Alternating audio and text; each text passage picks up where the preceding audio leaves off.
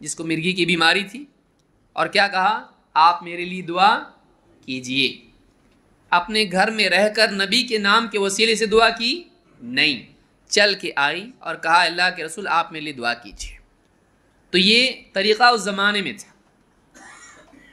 اللہ کے رسول صلی اللہ علیہ وسلم کی جب وفات ہو گئی تو مدینہ میں جب قحط ہوا تو عمر بن خطاب رضی اللہ عنہ نے کیا کہا اے اللہ، ہم پہلے نبی صلی اللہ علیہ وسلم کے وسیلے سے دعا کرتے تھے، اب ہم آپ کے چچا کے وسیلے سے دعا کر رہے ہیں۔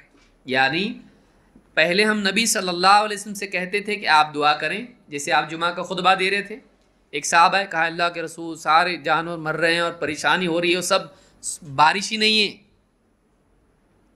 دعا کیجیے اللہ سے۔ اللہ کے رسول صلی اللہ علیہ وسلم نے دعا کی ہے۔ انس رضی اللہ عنہ کی روایت ہے، کہتے بارش بالکل نہیں تھی، آسمان میں بادل بھی بالکل نہیں تھے، بس اتنا ناخن جتنا ایک کچھ بادل کا ٹکڑا دکھ رہا تھا، لیکن بڑھتے بڑھتے بڑھتے بڑھتے مدینہ پہ پورا وہ پھیل گیا۔ ایسی بارش ہوئی کہ ایک جگہ بھی نہیں بچی جو سوکھی رہے۔ اگلا جمعہ جب آیا وہی صحابی آئے کہ اللہ کے رسول دعا کیجیے، بہت بارش ہو رہی، سب ڈوب رہا ہے۔ اللہ کے نبی صلی اللہ علیہ وسلم نے دعا کی، اللہم حوالینا ولا علینا، اللہم حوالینا ولا علینا، اے اللہ ہمارے آس پاس برسا، ہم پہ نہیں۔ جمعہ کے خطبے ہی میں، اور کہتے ہیں کہ اس کے بعد بادل چھٹ گئے اور بارش رک گئی۔ کیسے کی دعا؟ آپ کے پاس آئیں، اور یہ طریقہ تھا اس زمانے میں۔ تو کہا کہ ہم پہلے تو نبی صلی اللہ علیہ وسلم کے وسیلے سے دعا کرتے تھے، یعنی آپ کو دعا کے لیے کہتے تھے، آپ دعا کرتے تھے۔ اب آپ نہیں ہیں، اگر نام کا وسیلہ ہوتا تو پہلے بھی نام تھا، آج بھی نام ہے، نام تو باقی ہے نا۔ تو پہلے اگر آپ کے نام سے کرتے ہوتے تو ابھی بھی تو نام تھا نا، تو اب کیوں نہیں کر رہے نام سے؟ کیونکہ آپ کی وفات ہو چکی ہے۔ کوئی شخص چاہیے جو دعا کرے، تو اب ہمارے درمیان کون ہے؟ حضرت حمزہ ہیں؟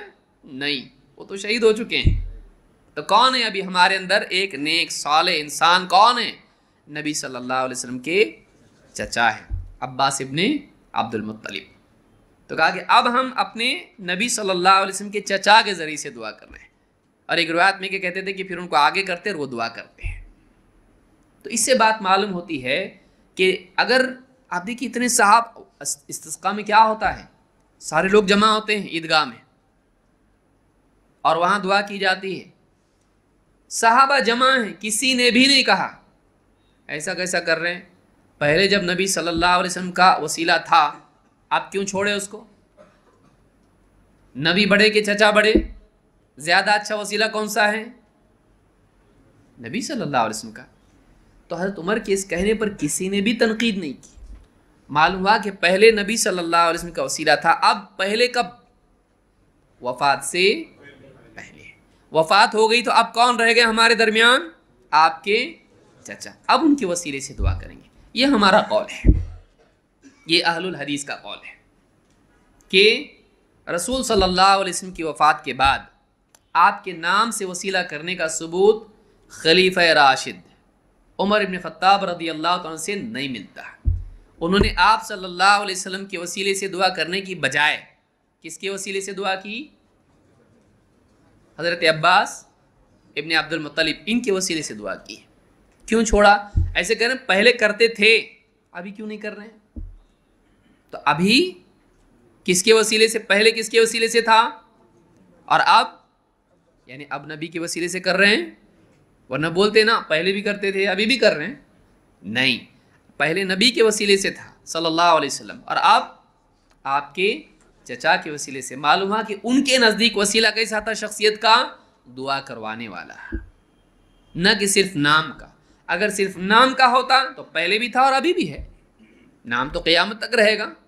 ان شانئک هو الابتر ان اعطینا ورفعنا لک ذکرک، آپ کا ذکر قیامت تک رہے گا۔ جب اذان میں ہے، نماز میں ہے، اور خطبے میں ہے، اور کتنی جگہ پر ہے، تو دعا میں کیوں نہیں بھائی؟ لیکن وہاں نہیں، پہلے کرتے تھے ایسا۔ کیا؟ آپ کے ذریعے سے دعا۔ اب آپ کے چچا، یہ بہت بڑی حدیث ہے اور بہت اہم ہے، اس کو صحیح ڈھنگ سے سمجھنا ضروری ہے۔ تو اس روایت سے بات معلوم ہوتی ہے کہ صحابہ توسل جو کرتے تھے وہ شخصیت سے دعا کروا کے کرتے تھے، شخصیت کے نام سے نہیں، ورنہ حضرت عباس حیات ہیں، ان سے بڑھ کے شہید ہونے والے کون ہیں؟ حضرت حمزہ ہیں، ان کا وسیلہ نہیں لیا، وہ حیات ہے کہ نہیں؟ شہداء کیا ہوتے ہیں؟ ہاں، شہداء زندہ ہوتے ہیں، بل احیاء عند ربہم، وہ اپنے رب کے پاس زندہ ہے، لیکن ان کا وسیلہ لیا نہیں۔ کون سے چچا؟ جو واقعی زندہ ہے، یعنی جن کی موت وفات نہیں ہوئی، انہوں نے ان کا وسیلہ لیا ہے۔ تو یہ بہت یعنی جامع حدیث ہے جس میں بہت اہم بات اس باب میں بیان ہوئی ہے، یہ بخاری کی روایت ہے۔ چلیے آگے بڑھتے ہیں، دعا کن اوقات میں قبول ہوتی ہے؟ ویسے اللہ تعالیٰ ہر وقت دعا قبول کرتا ہے، کل یوم ہوا فی شأن، بندے کے مسائل حل کرنا، اس کو رزق اور شفا اور اس طرح کے جتنے بھی معاملات ہیں، اللہ تعالیٰ کائنات میں بندوں کے مسائل حل کرتا رہتا ہے۔ بندے دعا کرتے ہیں، اجیب دعوت الداع اذا دعان، لیکن کچھ اوقات اللہ تعالیٰ نے ایسے رکھے ہیں کہ جن میں بندہ اگر دعا کرے تو اس کی دعا کی قبولیت اور بڑھ جاتی ہے۔ یہ اس وجہ سے کہ بندہ ان اوقات سے فائدہ اٹھائے، کہ اللہ کی طرف سے جو نعمت اس کو عطا ہو رہی ہے، بندے کو اس کی حرص ہو، شوق ہو۔ لہٰذا ایسے کون سے اوقات ہیں؟ مسئلہ نمبر 35، رات کے آخری حصے میں دعا، رات کا آخری حصہ، اس آخری حصے میں اللہ سے دعا کرنا ہے۔ رات کے 3 حصے ہوتے ہیں، اگر رات کب سے شروع ہوتی ہے؟ 12 بجے سے، ہاں، مغرب جیسی ہوئی کیا شروع ہوتی ہے؟ رات کب تک رہتی ہے؟ صبح 10 بجے تک؟ کب تک رہتی ہے؟ ہاں، صبح صادق تک، جب کھانے کا ٹائم ختم ہوتا ہے، یہ جلدی سمجھ میں آئے گا، سحری کا وقت ختم ہو گیا تو کیا ختم ہو گئی؟ ہاں، وَكُلُوا وَاشْرَبُوا حَتَّى يَتَبَيَّنَ لَكُمُ الْخَيْطُ الْأَبْيَضُ مِنَ الْخَيْطِ الْأَسْوَدِ مِنَ الْفَجْرِ، وہاں تک رات رہتی ہے۔ تو اس پوری رات کو آپ 3 حصے کر دیں تو آخری جو تہائی حصہ ہے، 1/3، وہ حصہ جو ہے دعا کی قبولیت کا حصہ ہے۔ جیسے مان لیجیے اگر 6:30 بجے مغرب ہوتی ہے، 6:40 کے آس پاس ہے، اور فجر کا وقت شروع کب ہوتا ہے؟ 5:45 کے آس پاس، جو بھی ہے، تو اس دوران میں 3 حصے آپ کیجئے تو آخری جو تیسرا حصہ ہے اس میں دعا زیادہ قبول ہوتی ہے۔ اللہ کے نبی صلی اللہ علیہ وسلم فرماتے ہیں، ينزل ربنا تبارک و تعالی کل لیلۃ الی السماء الدنیا، ہمارا رب تبارک و تعالی ہر رات نازل ہوتا ہے آسمان دنیا کی طرف۔ اللہ کا نزول ہوتا ہے آسمان دنیا کی طرف۔ دنیا نچلا، دنیا کے معنی کیا ہوتے ہیں؟ نچلے آسمان، سب سے نچلا آسمان، اس پر نزول ہوتا ہے اللہ کا۔ کب؟ حین یبقى ثلث اللیل الآخر، جب رات کا 1/3 آخری حصہ رہ جاتا ہے۔ یقول، اللہ تعالیٰ کہتا ہے، من یدعونی فاستجیب لہ، کون ہے جو مجھ سے دعا کرے کہ میں اس کی دعا قبول کروں۔ من یسألنی فاعطیہ، کون ہے جو مجھ سے مانگے کہ میں اس کو عطا کروں۔ من یستغفرنی فاغفر لہ، کون ہے جو مجھ سے استغفار کریں، مغفرت طلب کریں کہ میں اس کی مغفرت کروں۔ کئی لوگ ہیں، ایک وہ ہیں جو اللہ کو بطور عبادت پکار رہا ہے اللہ کے تقرب کے لیے، ایک وہ ہے جو کوئی حاجت اس کی ہے اللہ کو پکار رہا ہے حاجت پوری ہونے کے اعتبار سے، ایک وہ ہے جس کے گناہ ہیں وہ اللہ تعالیٰ سے مغفرت چاہتا ہے۔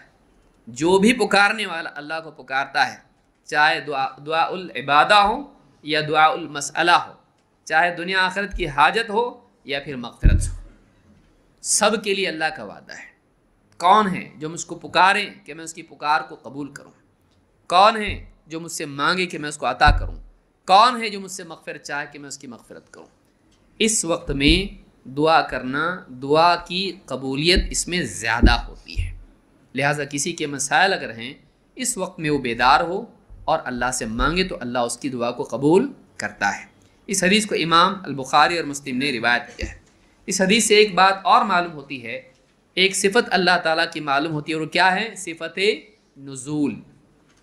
اللہ تعالیٰ آسمان دنیا کی طرف نازل ہوتا ہے جب رات کا 1/3 حصہ باقی رہتا ہے۔ یہ نزول حقیقی ہے، یہ رحمت کا نزول، اس کی تعویل ہم نہیں کر سکتے، یا فرشتہ نازل ہوتا ہے نہیں بول سکتے، اللہ تعالیٰ کا نزول ہوتا ہے، لیکن کیسے ہم کو نہیں معلوم۔ اللہ تعالیٰ عرش پر ہیں اور وہ نزول کرتا ہے، اللہ تعالیٰ عرش پر ہونے کے ساتھ ساتھ نزول اللہ کا ہوتا ہے، اللہ تعالیٰ عرش پر ہوتا ہے اور اللہ کا نزول کیسے ہم کو نہیں معلوم بھائی، اللہ نے بتایا ہم کو نہیں، جتنا بتایا اتنا ہم مانتے ہیں، کیسے بتایا گیا نہیں، پھر اپنی عقل سے اس کے معنی طے کرتے نہیں، لہٰذا یہ بھی اللہ کی صفات میں سے ایک صفت ہے جس کی کیفیت ہم اللہ کے حوالے کرتے ہیں۔ مسئلہ نمبر 36، اذان اور اقامت کے درمیان دعا۔ اللہ کے نبی صلی اللہ علیہ وسلم فرماتے ہیں الدعاء لا يرد بین الاذان والاقامہ، دعا رد نہیں ہوتی ہے اذان اور اقامت کے درمیان، اذان ہوتی ہے اور اس کے بعد اقامت ہوتی ہے، اس کے بیچ کا جو وقت ہے اس میں دعا رد نہیں ہوتی یعنی قبول ہوتی ہے، رد نہیں ہوتی یعنی قبول ہوتی ہے۔ اس حدیث کو امام احمد، ابو داؤد، ترمذی اور ابن حبان نے روایت کیا اور یہ حدیث صحیح ہے۔ اس سے معلوم ہوتا ہے کہ اذان اور اقامت کے درمیان بھی آدمی اللہ سے دعا کر سکتا ہے، خاص طور سے اللہم رب ہذہ الدعوۃ التامہ، یہ جو دعا ہے یہ خود نبی اکرم صلی اللہ علیہ وسلم کے لیے وسیلے کی دعا ہے۔ جو آدمی یہ دعا کرے گا اذان کا جواب دے، دیکھیے ترتیب کیا ہے، اذان کا جواب دینا جوں کا توں، ہاں جب وہ حی علی الصلاۃ کہیں، حی علی الفلاح کہیں تو کیا کہیں گے، لا حول ولا قوۃ الا باللہ، اور جب اذان ہوگی پھر درود پڑھیں گے نبی صلی اللہ علیہ وسلم پر، اور درود پڑھنے کے بعد وہ دعا پڑھیں گے اللہم رب ہذہ الدعوۃ التامہ والصلاۃ القائمہ الی آخرہ۔ تو اس میں یہ جو دعا ہے، جو یہ دعا پڑھے گا، اللہ کے نبی صلی اللہ علیہ وسلم فرماتے ہیں حلت لہ الشفاعہ، میری شفاعت اس کے لیے حلال ہو جائے گی۔ قیامت کے دن اللہ کے نبی صلی اللہ علیہ وسلم اس کی سفارش کریں گے، اتنی بڑی چیز ہے، کوئی معمولی چیز ہے؟ تو یہ چیز تین باتیں ہیں، اذان کا جواب، درود اور دعا اس کے بعد، تو یہ دعا قبول ہوتی ہے، اور اس کے علاوہ کچھ مانگے تو اللہ تعالیٰ اس کو بھی قبول کرتا ہے۔ تو اذان و اقامت کے بیچ میں دعا قبول ہوتی ہے۔ مسئلہ نمبر 37، بارش کے وقت دعا۔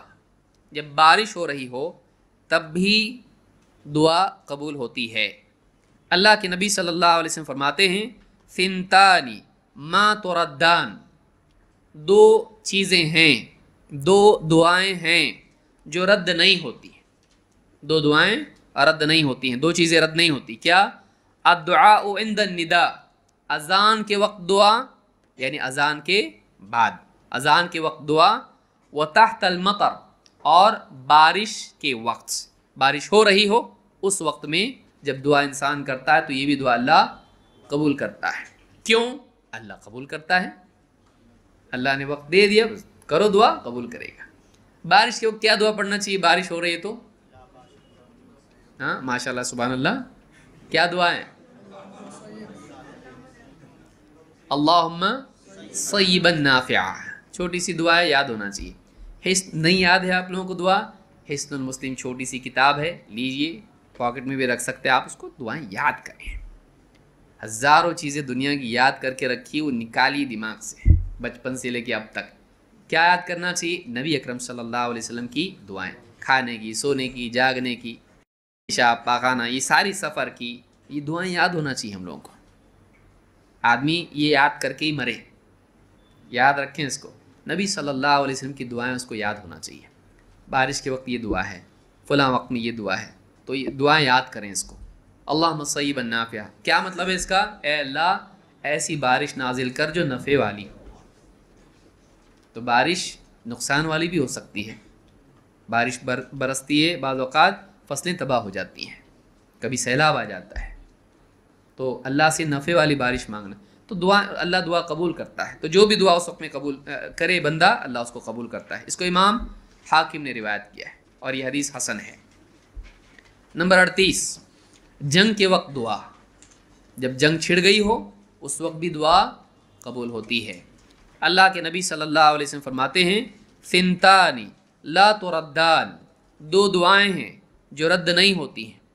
الدعاء عند النداء وعند البأس حين يلحم بعضهم بعضا. ایک دعا تو اذان کے وقت، ندا کے معنی کیا ہیں؟ اذان. ندا کے معنی پکار کے ہوتے ہیں، اذان کے معنی بھی پکار کے ہیں. الدعاء عند النداء وعند البأس، اور جنگ کے وقت حين يلحم بعضهم بعضا، جب آپس میں گتھم گتھی ہو کے لوگ لڑ رہے ہوں، آپس میں ایک دوسرے سے لوگ جنگ میں، جھڑپ میں اور آپس میں جنگ میں الجھے ہوئے ہوں، تو اس جنگ جو ہوتی ہے اس جنگ کے بارے میں ہے کہ اس وقت میں بھی دعا قبول ہوتی ہے. اس حدیث کو امام ابو داؤد، ابن حبان اور حاکم نے روایت کیا اور یہ حدیث صحیح ہے. اسی طرح سے مسئلہ نمبر 39، جمعہ کے دن دعا قبول ہوتی ہے. ایک خاص وقت جمعہ کا ہے، جمعہ کے دن میں، جس میں دعا قبول ہوتی ہے اور بہت تھوڑا وقت ہوتا ہے. اس وقت میں بندہ جو بھی مانگتا ہے اللہ دیتا ہے اس کو. اللہ کے رسول صلی اللہ علیہ وسلم فرماتے ہیں ان فی الجمعۃ لساعۃ، جمعہ کے دن ایک ساعت ہے، ایک گھڑی ہے، وقت کا ایک ٹکڑا ہے. لا یوافقها مسلم یسأل اللہ فیہا خیرا الا اعطاہ ایاہ. ایک مسلمان اللہ تعالیٰ سے اس گھڑی میں جو بھی خیر کی دعا مانگتا ہے اللہ اس کو ضرور دیتا ہے. جو بھی خیر کی دعا کرتا ہے اللہ تعالیٰ اس کو وہ عطا کرتا ہے. قال وہی ساعۃ خفیفہ، آپ نے فرمایا وہ جو لمحات ہیں، وہ جو گھڑی ہے بہت ہلکی ہے، یعنی وہ وقت کتنا ہے؟ بہت تھوڑا ہے. اتنے وقت میں دعا کر لے. کب ہے وہ؟ ہے وہ نہیں بول رہے بعض لوگ، ہے وہ عصر اور مغرب کے دو قول اس میں علماء کے ہیں. ایک تو ہے کہ جب زوال ہوتا ہے اس وقت میں ہوتی ہے، جو خطیب بیٹھتا ہے ممبر پر. ایک قول یہ بھی ہے. راجح قول اس میں کیا ہے؟ عصر سے لے کر مغرب کے درمیان میں، جو ایک حدیث سے واضح ہوتا ہے. یہ بخاری اور مسلم کی روایت ہے. ایک حدیث جس کو امام ابو داؤد، نسائی اور حاکم نے روایت کیا ہے، یہ آپ کے نوٹس میں نہیں ہے. اللہ کے رسول صلی اللہ علیہ وسلم فرماتے ہیں یوم الجمعۃ 12 ساعہ، جمعہ کا دن 12 اس میں گھڑیاں ہوتی ہیں. اس کے ٹکڑے کر دیے جائیں تو کتنے ہوں گے؟ 12 گھڑیاں. ہمارے حساب سے نہیں 12 گھنٹے، 12 گھڑیاں وہ یعنی اللہ کو معلوم ہے. 12 گھڑیاں اس میں ہوتی ہیں. منہا ساعۃ، اس میں ایک ساعت ایسی ہے لا یوجد عبد مسلم یسأل اللہ فیہا شیئا الا آتاہ اللہ ایاہ. اس ایک گھڑی میں ایک مسلمان بندہ اللہ سے جو چیز مانگتا ہے اللہ تعالیٰ اس کو دیتا ہے. جو چیز مانگتا ہے وہ دیتا ہے. یہ نہیں کہا خالی دعا قبول کرتا ہے، نہیں، جو مانگا وہ دیتا ہے اللہ اس کو، جو مانگتا ہے دیتا ہے. آپ نے فرمایا فَالْتَمِسُوهَا آخِرَ سَاعَةٍ بَعْدَ الْعَصْرِ. آپ نے کیا فرمایا؟ اس کو عصر کے بعد آخری ساعت میں تلاش کرو. عصر کے بعد اینڈ جیسے عصر ختم ہونے لگے، یعنی عصر کا وقت ختم ہونے لگے، ان اوقات میں غروب اور عصر کے بیچ میں اس کو تلاش کرو آخری وقت میں. تو معلوم ہے کہ یہ وقت کب ہے؟ ہاں، عصر کے بعد سے لے کر غروب تک ہوتا ہے. اس میں بندہ جب دعا کرتا ہے اللہ تعالیٰ اس کی دعا کو قبول کرتا ہے. یہ ابو داؤد، نسائی اور حاکم کی روایت ہے، اور صحیح الجامع الصغیر میں شیخ الالبانی نے اس کو صحیح کہا ہے. آگے بڑھتے ہیں. مسئلہ نمبر 40، عرفہ کے دن کی دعا. عرفہ کا دن کب ہوتا ہے؟ کتنی تاریخ کو ہوتا ہے؟ 9 ذوالحجہ کو، عید الاضحیٰ کے ایک دن پہلے. اللہ کے رسول صلی اللہ علیہ وسلم فرماتے ہیں خیر الدعاء یوم عرفہ، ساری دعاؤں میں سب سے بہترین دعا کب کی ہے؟ عرفہ کے دن کی. تو اس دن دعا قبول ہوتی ہے. حاجی وہاں خاص دعا کرتے ہیں عرفہ میں، اور بکھرے بال دھول میں اٹے ہوئے، اور اللہ تعالیٰ فرشتوں پر یعنی ان کا ذکر کر کے فرشتوں پر فخر کرتا ہے میرے بندے ہیں، کیوں آئے یہ اتنی تکلیف اٹھا کے آئے، اتنی دھول میں اٹے ہوئے ہیں، آج یہ جو مانگیں گے ان کو میں دوں گا. تو اللہ تعالیٰ ان کو عطا کرتا ہے. تو عرفہ میں جو عرفہ والے ہوتے ہیں، حاجی ہوتے ہیں، ان کی دعا یقیناً قبول ہوتی ہے. اس دن یقیناً قبول ہوتی ہے. اس حدیث کو امام ترمذی نے روایت کیا ہے اور صحیح ترغیب میں شیخ الالبانی نے کہا کہ یہ حدیث حسن لغیرہ ہے۔ اسی طرح سے مسئلہ نمبر 41، میت کے پاس جب پہنچے آدمی، اس وقت جو کلمات اس کی زبان سے نکلتے ہیں اللہ تعالیٰ اس کو قبول کرتا ہے، اس لیے اچھی بات بولنا چاہیے۔ جب آدمی کسی کی وفات ہو گئی، آدمی جاتا ہے اس کے پاس، جب میت کے پاس جائے تو کچھ نہ کچھ دعا یا کلمات آدمی اچھی بات کہے۔ کیوں؟ اس لیے کہ فرشتے اس کی دعا پر آمین کہتے ہیں۔ جیسے آدمی اس کی مغفرت کی دعا کرے، جنت میں درجات کی بلندی کی دعا کرے، خیر کی دعا اس کے لیے کرے۔ اللہ کے نبی صلی اللہ علیہ وسلم فرماتے ہیں اذا حضرتم المیت فقولوا خیرا، جب تم میت کے پاس جاؤ تو خیر کی بات کرو، بھلی بات کرو۔ جب تم میت کے پاس جاؤ تو خیر کی بات کرو۔ فإن الملائکۃ یؤمنون علی ما تقولون، اس لیے کہ تم جو بھی کہتے ہو فرشتے اس پہ آمین کہتے ہیں۔ تم جو کہتے ہو اس پر فرشتے آمین کہتے ہیں، یعنی وہ وقت ہے کہ اگر کچھ اچھی دعا کر لے فرشتے آمین کہیں گے اس کے اوپر۔ جیسے اللہ اس کی مغفرت فرمائے، اللہ اس کو جنت الفردوس نصیب فرمائے، آمین۔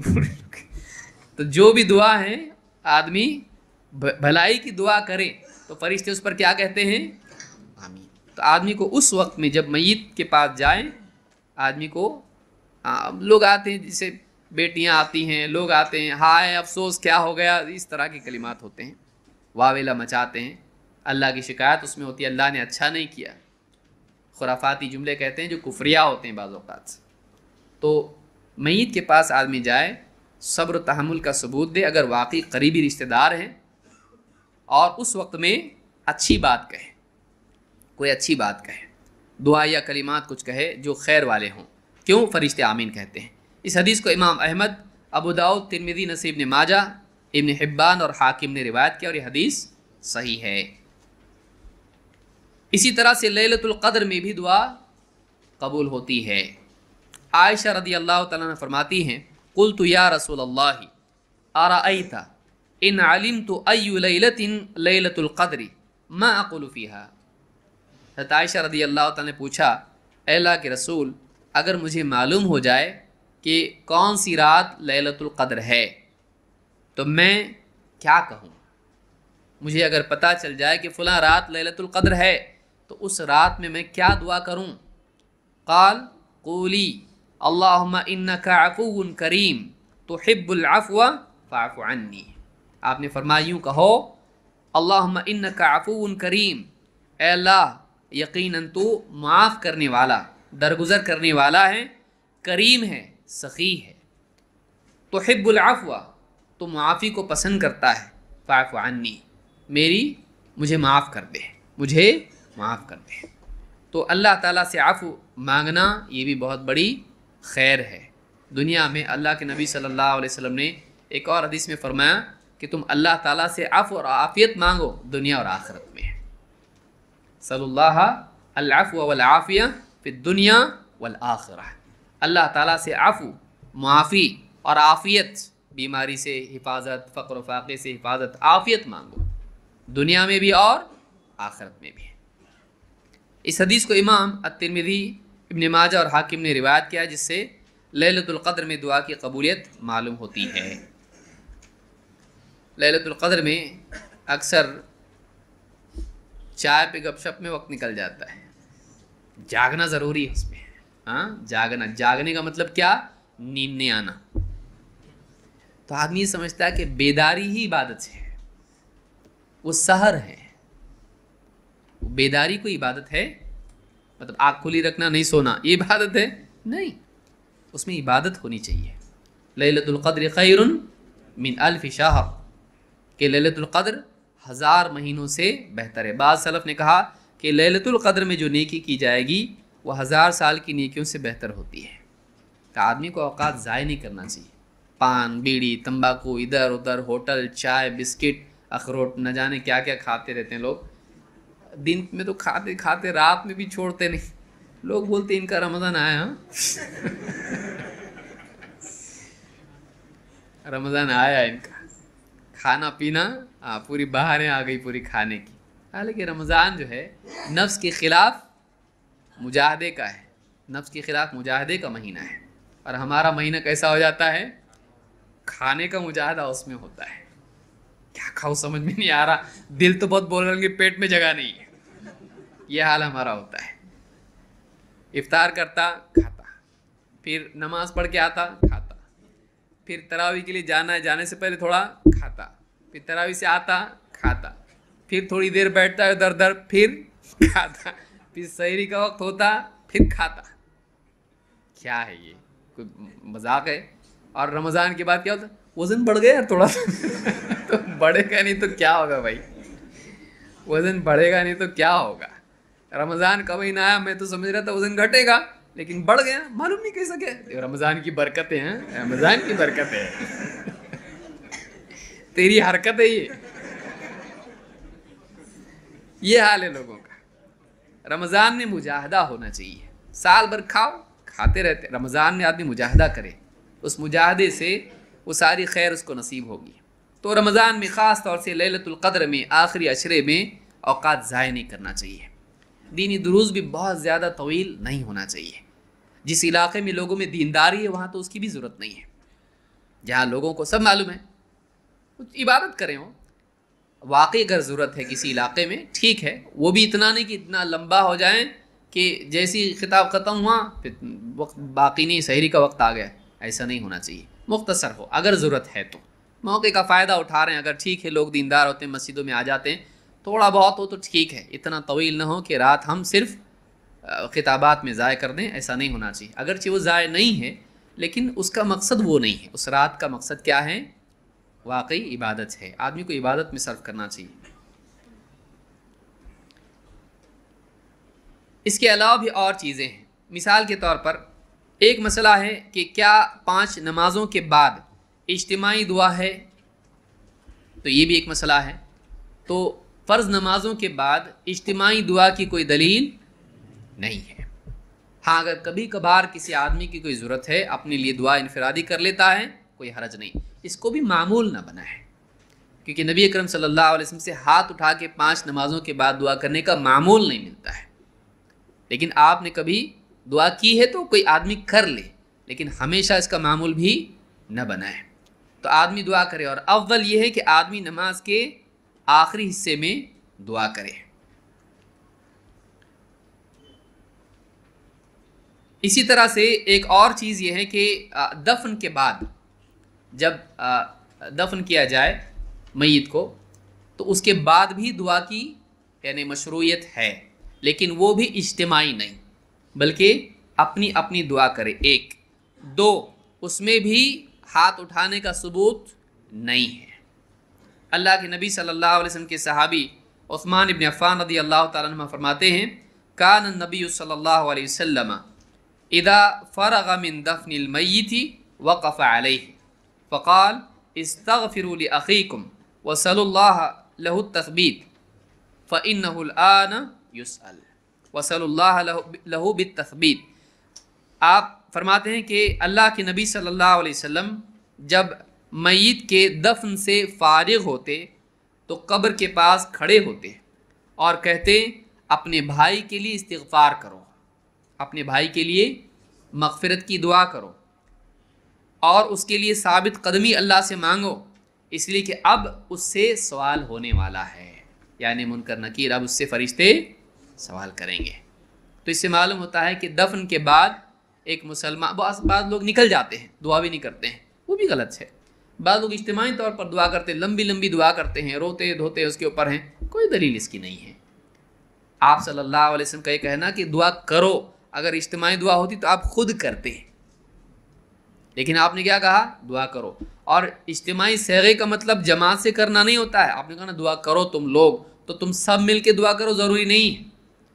اللہ تعالیٰ نے وَأَقِيمُوا الصَّلَاةَ وَآتُوا الزَّكَاةَ کہا کہ نماز قائم کرو اور زکوٰۃ تم سب ادا کرو، تو کیا اجتماعی زکوٰۃ سب مل کے ایک وقت میں ادا کریں گے؟ تو اپنی اپنی زکوٰۃ اپنے اپنے وقت کے حساب سے آدمی نکالے گا۔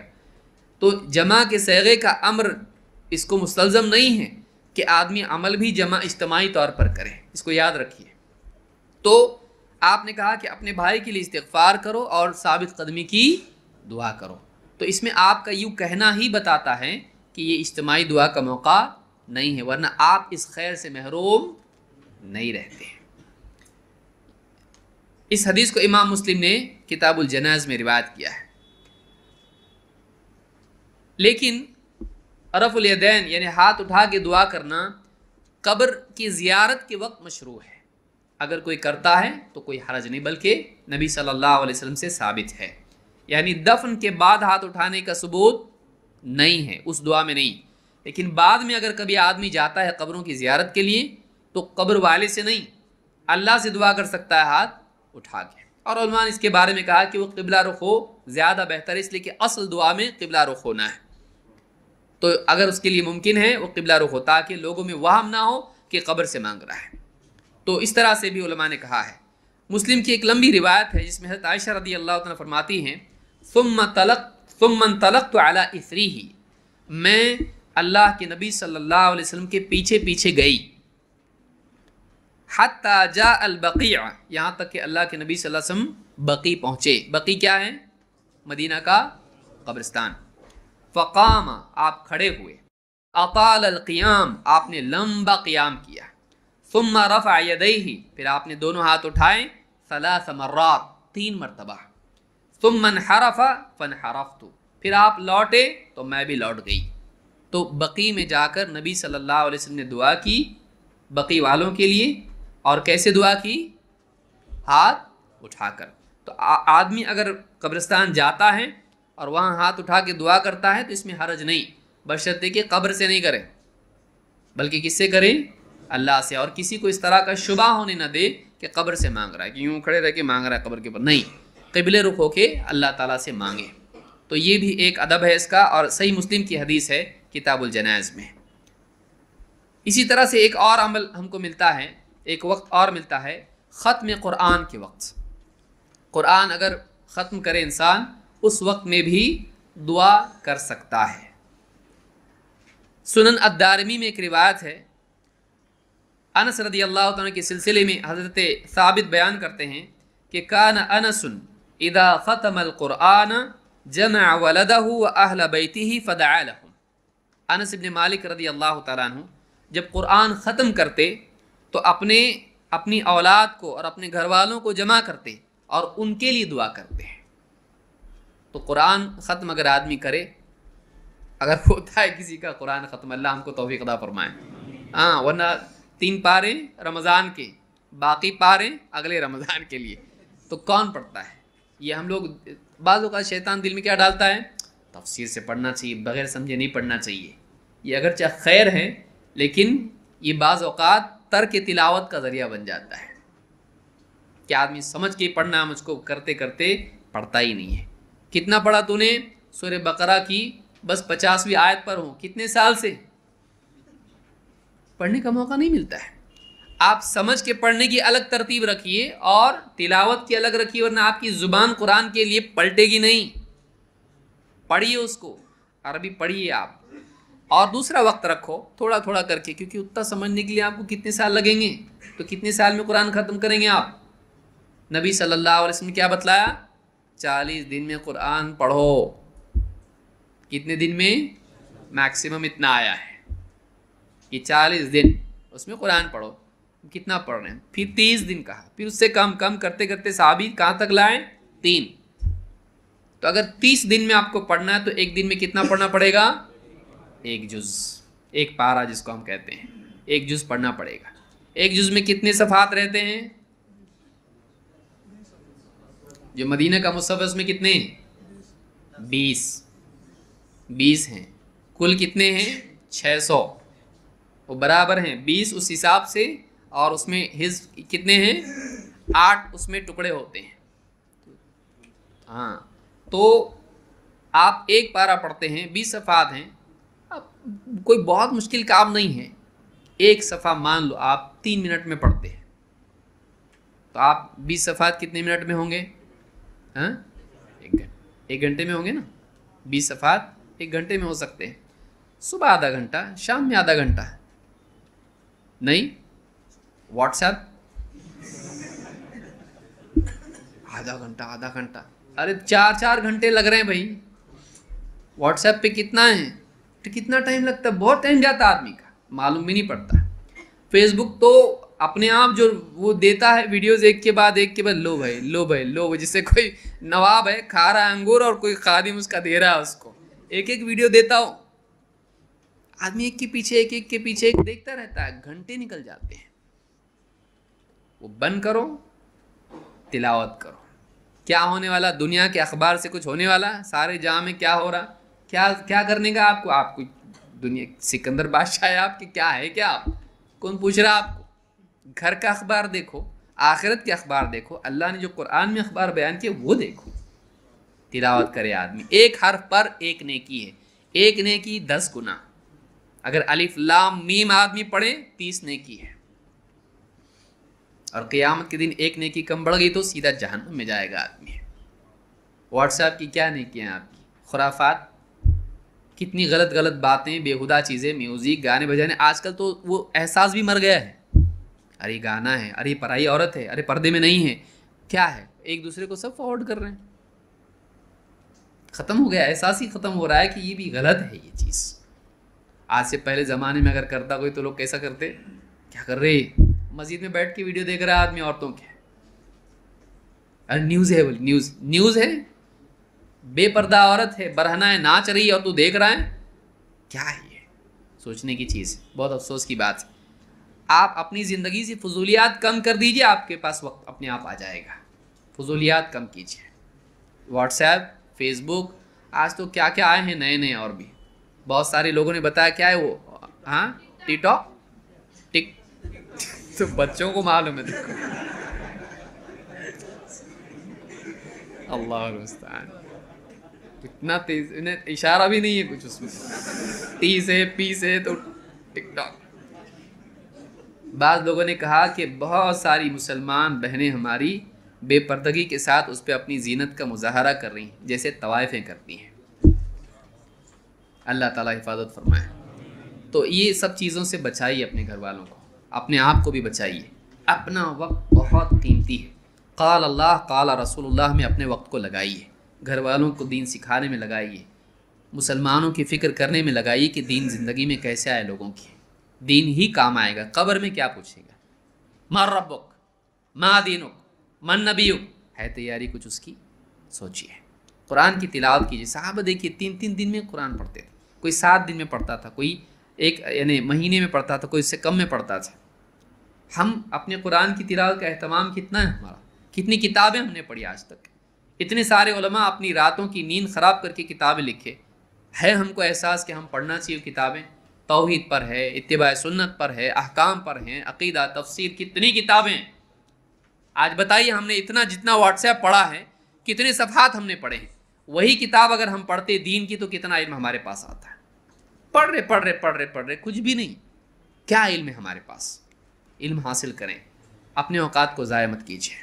تو یہ ایک روایت ہے جو بتاتی ہے کہ انس بن مالک رضی اللہ تعالیٰ عنہ قرآن پڑھتے تھے، اور جب قرآن مکمل ہوتا تو ختم قرآن کے وقت کیا کرتے؟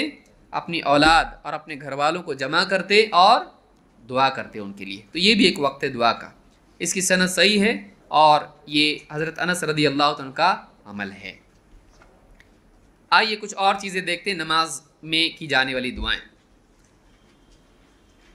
نماز میں بھی دعا کی جاتی. نماز کے مختلف حالات میں دعا مشروع ہے. ایک تکبیر تحریمہ اور قرأت کے درمیان. تکبیر تحریمہ پہلی تکبیر اور اس کے بعد جو قرأت ہوتی ہے اس کے درمیان دعا ہے. کون سی دعا ہے؟ یہ مشروع دعا ہے، نبی صلی اللہ علیہ وسلم سے ثابت ہے اور بہت اچھی دعا ہے. کیا دعا ہے؟ ابو ہریرہ رضی اللہ عنہ فرماتے ہیں کان رسول اللہ صلی اللہ علیہ وسلم یسکت بین التکبیر و بین القراءۃ اسکاتۃ قال احسبہ ہنیۃ. کہتے ہیں کہ اللہ کے رسول صلی اللہ علیہ وسلم تکبیر اور قرأت کے درمیان کچھ دیر سکوت فرماتے. فقلت بأبی و امی یا رسول اللہ، میں نے کہا میرے ماں باپ آپ پر فدا ہوں اللہ کے رسول. اسکاتک بین التکبیر والقراءۃ ما تقول، آپ تکبیر اور قرأت کے درمیان چپ ہو جاتے ہیں، سکوت کرتے ہیں، کیا کہتے ہیں آپ؟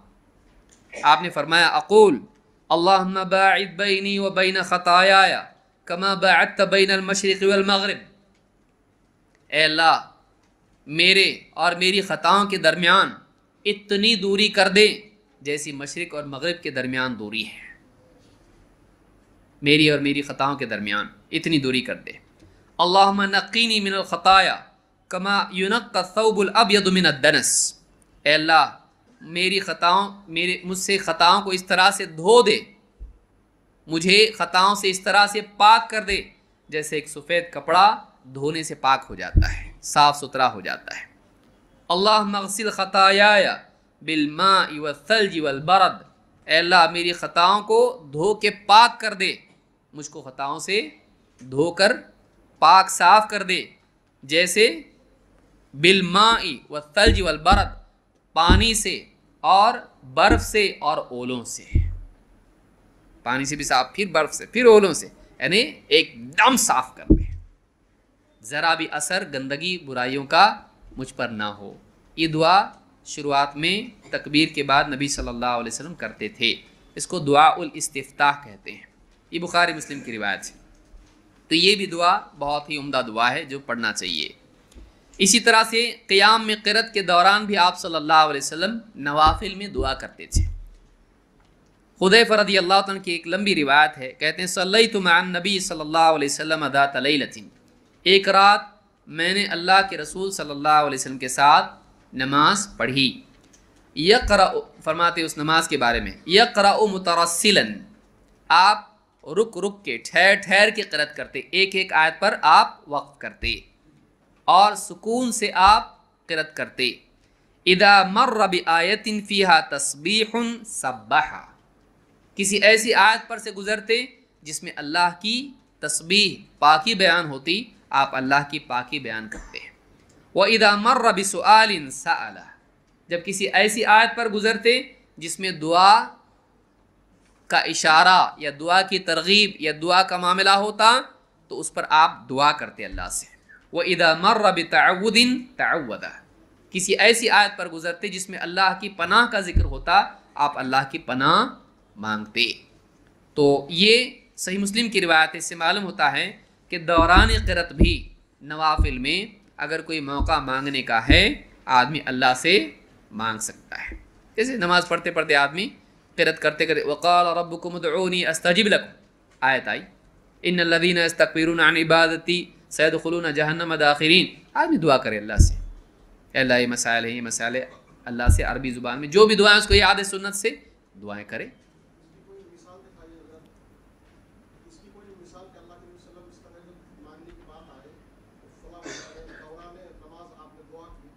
یہی حدیث ہے، یہی حدیث ہے کہ وَإِذَا مَرَّ بِسُؤَالٍ سَأَلَ، جب آپ کسی سوال پر گزرتے قرآن کی آیت میں تلاوت میں تو آپ اللہ سے سوال کرتے، اللہ سے مانگتے، تو اللہ تعالیٰ سے مانگتے، تعوذ کی آیت ہوتی، اعوذ والی کوئی آیت ہوتی، آپ اللہ سے تعوذ کرتے ہیں۔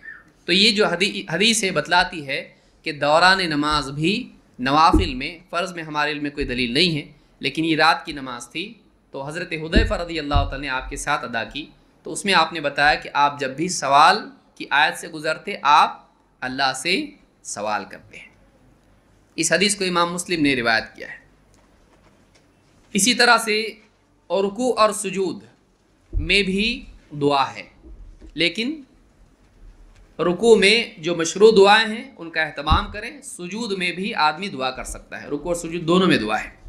عائشہ رضی اللہ تعالیٰ فرماتی ہیں کان النبی صلی اللہ علیہ وسلم یکثر ان یقول فی رکوعہ وسجودہ، اللہ کے رسول صلی اللہ علیہ وسلم اور رکوع اور سجود میں کثرت سے یہ دعا پڑھتے تھے، یوں کہتے سبحانک اللہم ربنا وبحمدک اللہم اغفر لی، اور فرماتی ہیں یتأول القرآن، کیا دعا کرتے تھے؟ سبحانک اللہم ربنا وبحمدک، پاکی ہے اللہ کے لیے، اللہ تعالیٰ تمام عیوب سے پاک ہے، ہم اللہ کی پاکی بیان کرتے ہیں، وبحمدک، اس کی حمد کے ساتھ، اس کی تعریف کے ساتھ، اللہم اغفر لی، اے اللہ میری مغفرت کر دے۔ فرماتی ہیں یتأول القرآن، آپ قرآن کی آیت کی تفسیر میں یا قرآنی حکم کے تعمیل میں ایسا کرتے تھے۔ فسبح بحمد ربک واستغفرہ،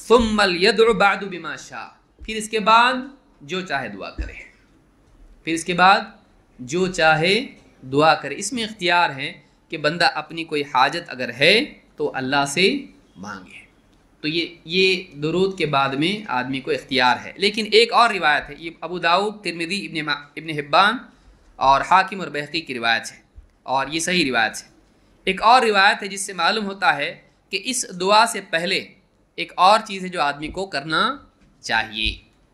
آپ فرماتے ہیں اذا فرغ احدکم من صلاته فلیدع باربع، جب آدمی اپنی نماز میں فارغ ہو جائے یعنی التحیات اور درود سے، تو وہ 4 چیزیں مانگ لے۔ فلیدع باربع ثم لیدع بعد بما شاء، پھر اس کے بعد جو چاہے وہ اپنے لیے دعا کرے۔ وہ 4 چیزیں کیا ہیں؟ اللہم انی اعوذ بک من عذاب جہنم وعذاب القبر وفتنة المحیا والممات وفتنة المسیح الدجال۔ 4 چیزیں ہیں، کیا ہیں؟ اے اللہ میں تیری پناہ مانگتا ہوں جہنم کے عذاب سے، قبر کے عذاب سے، اور زندگی اور موت کے فتنے سے، اور مسیح دجال کے فتنے سے۔ 2 عذاب، 2 فتنے۔ کون سا عذاب؟ جہنم کا عذاب اور قبر کا عذاب۔ اور 2 فتنے کون سے؟ زندگی اور موت کا فتنہ اور مسیح دجال کا فتنہ۔ آپ نے فرمایا جب تم میں سے نماز سے سب کچھ ہو جائے اس کا فارغ، اب بچا کچھ بھی نہیں، التحیات پڑھ لیا، درود پڑھ لیا، اب کیا بچا؟ تو یہ پہلے 4 چیزوں سے اللہ کی پناہ مانگ لے، اس کے بعد جو چاہے دعا کرے، اس کے بعد جو چاہے دعا کرے۔ اس حدیث کو امام البیہقی نے السنن الکبریٰ میں ذکر کیا ہے، اور یہ حدیث صحیح ہے۔ مسئلہ نمبر 48، نماز کے بعد دعا، نماز سے فارغ ہو کر دعا، لیکن اس میں بھی نبی اکرم صلی اللہ علیہ وسلم سے مشروع اذکار آئے ہیں، ان کا اہتمام کرنا اولا و احوط ہے۔ اگر اس کی واقعی کوئی ضرورت ہے ان اذکار کے بعد وہ اپنے لیے دعا کر سکتا ہے۔ علی بن ابی طالب رضی اللہ عنہ فرماتے ہیں کان النبی صلی اللہ علیہ وسلم اذا سلم من الصلاۃ، اللہ کے نبی صلی اللہ علیہ وسلم جب نماز سے فارغ ہوتے، نماز سے سلام پھیرتے، قال اللہم اغفر لی ما قدمت وما اخرت وما اسررت وما اعلنت وما اسرفت وما انت اعلم به منی انت المقدم وانت المؤخر لا الہ الا انت۔ یہ سنن نبی داؤد میں روایت موجود ہے اور صحیح ہے۔ کیا؟ اللہم اغفر لی ما قدمت وما اخرت، اے اللہ میری مغفرت کر دے ان تمام اعمال کی جو میں نے آگے بھیجے یا پیچھے چھوڑے، وما اسررت وما اعلنت، جو میں نے چھپا کے پوشیدہ کیے یا علانیہ کیے، وما اسرفت، اور جو بھی اسراف مجھ سے ہوا، وما انت اعلم به منی، اور وہ سب کچھ اعمال جو مجھ سے زیادہ تو جانتا ہے کہ میں نے کیا کیا ہے۔ انت المقدم وانت المؤخر، تو ہی آگے کرنے والا ہے اور تو ہی پیچھے کرنے والا ہے۔ لا الہ الا انت، تیرے سوا کوئی نہیں جو عبادت کے لائق ہو۔ یہ دعا سلام کے بعد اللہ کے نبی صلی اللہ علیہ وسلم کرتے تھے، اور اس کے علاوہ بھی بہت سارے اذکار اور دعائیں ہیں، جیسے اللہم اعنی علی ذکرک و شکرک و حسن عبادتک۔ حضرت معاذ بن جبل رضی اللہ عنہ سے آپ نے کہا اے معاذ میں تجھ سے محبت کرتا ہوں، نماز کے بعد ان کلمات کو کبھی ترک نہ کرنا۔ وہ کیا ہیں؟ یہ اللہم اعنی علی ذکرک و شکرک و حسن عبادتک، اے اللہ میری مدد فرما تیری یاد، تیرے ذکر پر، تیرے شکر پر، اور بہترین طور پر تیری عبادت کرنے میں۔ تو یہ دعا بھی آپ صلی اللہ علیہ وسلم نماز کے بعد پڑھتے تھے، لیکن ان میں ہاتھ اٹھانے کا کہیں ذکر نہیں ہے۔ آئیے اب دیکھتے ہیں کہ کن لوگوں کی دعا قبول ہوتی ہے، اور یہ آخری حصہ ہمارا ہوگا انشاءاللہ۔ نمبر 10 فصل، 10ویں فصل ہے یہ۔ کون لوگ ہیں، کون سے احوال ہیں جن حالات میں لوگوں کی دعائیں قبول ہوتی ہیں۔ مسئلہ نمبر 49 والدین اور روزہ دار اور مسافر، ماں باپ کی دعا، روزہ دار کی دعا اور مسافر کی دعا۔ رسول اکرم صلی اللہ علیہ وسلم فرماتے ہیں 3 دعوات لا ترد، 3 دعائیں ہیں جو رد نہیں کی جاتی، دعوت الوالدی و دعوت الصائمی و دعوت المسافر، باپ کی دعا اور روزے دار کی دعا اور مسافر کی دعا۔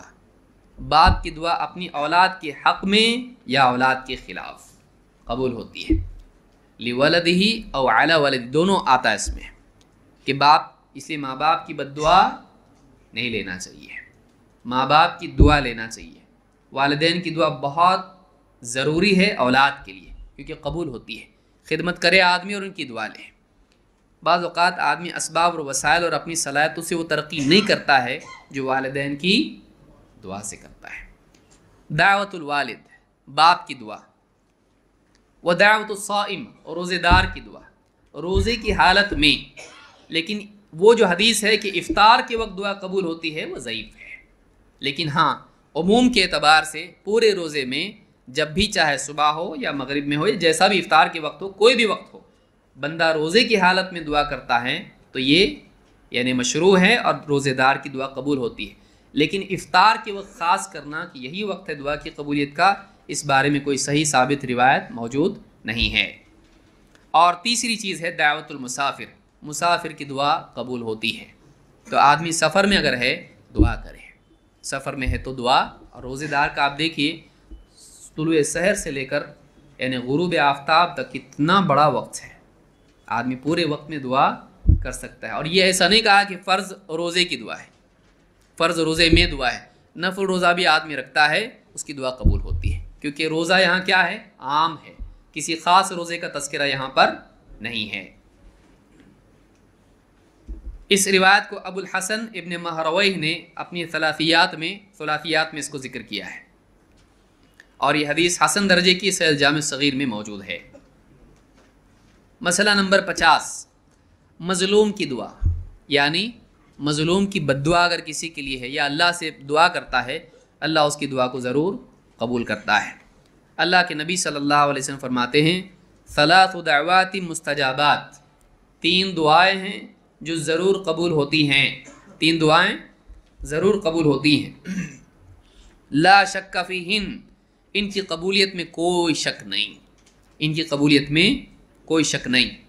دعوت الوالد علی ولدہ، باپ کی دعا اولاد پر، یعنی کیا ہوا، اولاد کے خلاف، اگر باپ بد دعا کر دے اللہ قبول کرتا ہے۔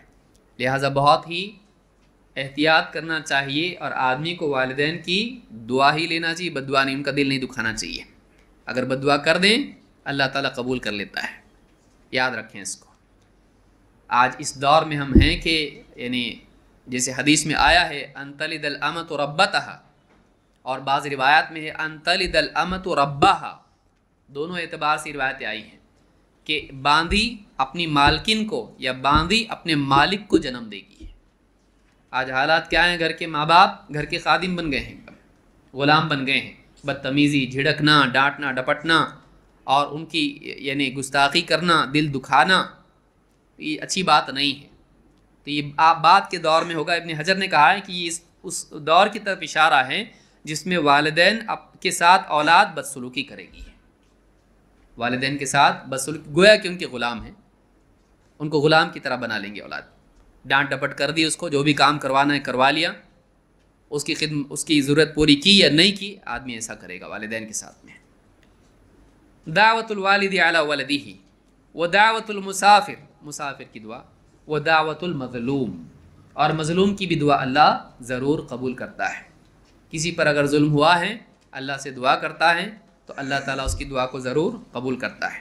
مسند احمد میں اور ابو داؤد ترمذی میں حدیث موجود ہے، اسی طرح سے امام البخاری نے بھی اس کو الادب المفرد میں روایت کیا ہے۔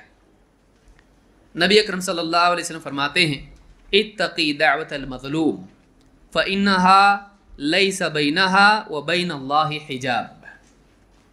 امام البخاری نے اس حدیث کو نقل کیا ہے، کیا ہے، اتقی دعوت المظلوم، مظلوم کی دعا یعنی مظلوم کی بد دعا سے بچ، فإنها لیس بینہا وبین اللہ حجاب، اس لیے کہ اس کی دعا اور اللہ کے درمیان کوئی پردہ، کوئی حجاب، کوئی آڑ نہیں ہوتی ہے، کوئی رکاوٹ نہیں ہے، اللہ یقیناً اس کو قبول کرتا ہے۔ تو مظلوم کسی پر ظلم آدمی کریں اور وہ اگر اس کے خلاف دعا کر دے، چاہے وہ کافر ہو، طبرانی وغیرہ کی روایت میں ہے وہ ان کان کافرن، چاہے وہ کافر ہی کیوں نہ ہو، اگر اس کو مسلمان ستائے اور وہ کافر اللہ کو پکارے اس کے خلاف، تو اللہ تعالیٰ اس کی دعا سنتا ہے اور ظالم کو سزا دیتا ہے۔ اللہ ہم سب کی حفاظت فرمائے۔ تو کسی پر ظلم نہیں کرنا چاہیے، کسی کی بد دعا نہیں لینا چاہیے، خصوصاً بد دعا کرنے والا رشتہ دار بھی ہے، خصوصاً ماں باپ ہیں، تو یہ بہت زیادہ بھیانک چیز ہے۔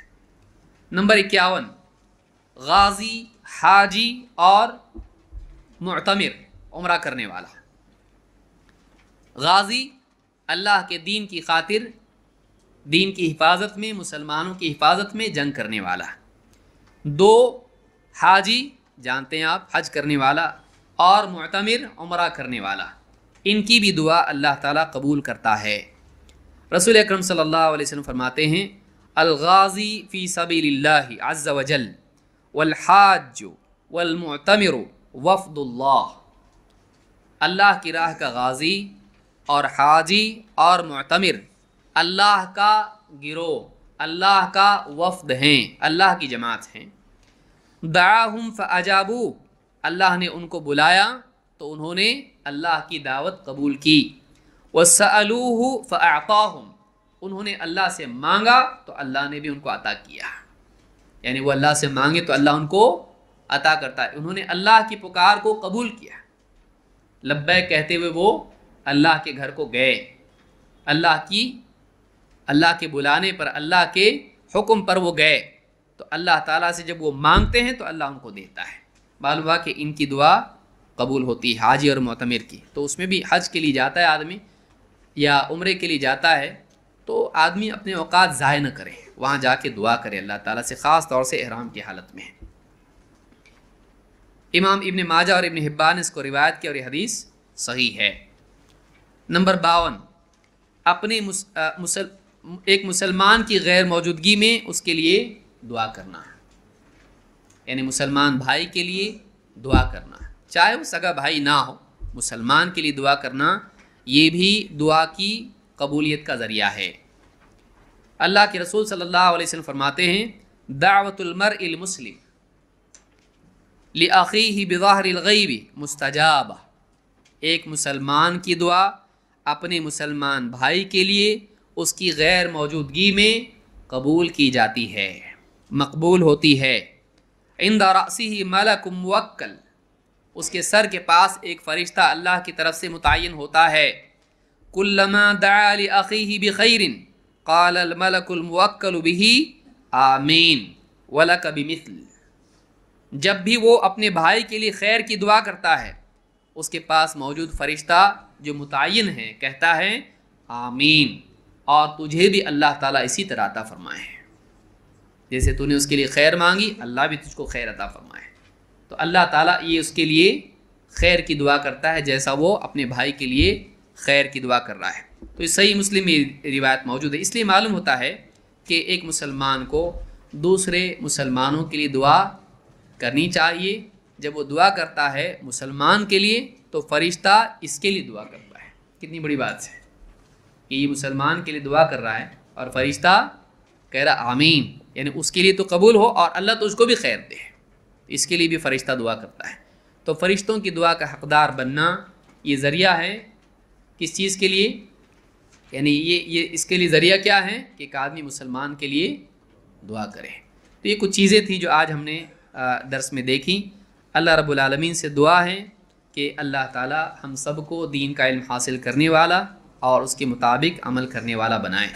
اقول ھذا واستغفر اللہ لی ولکم۔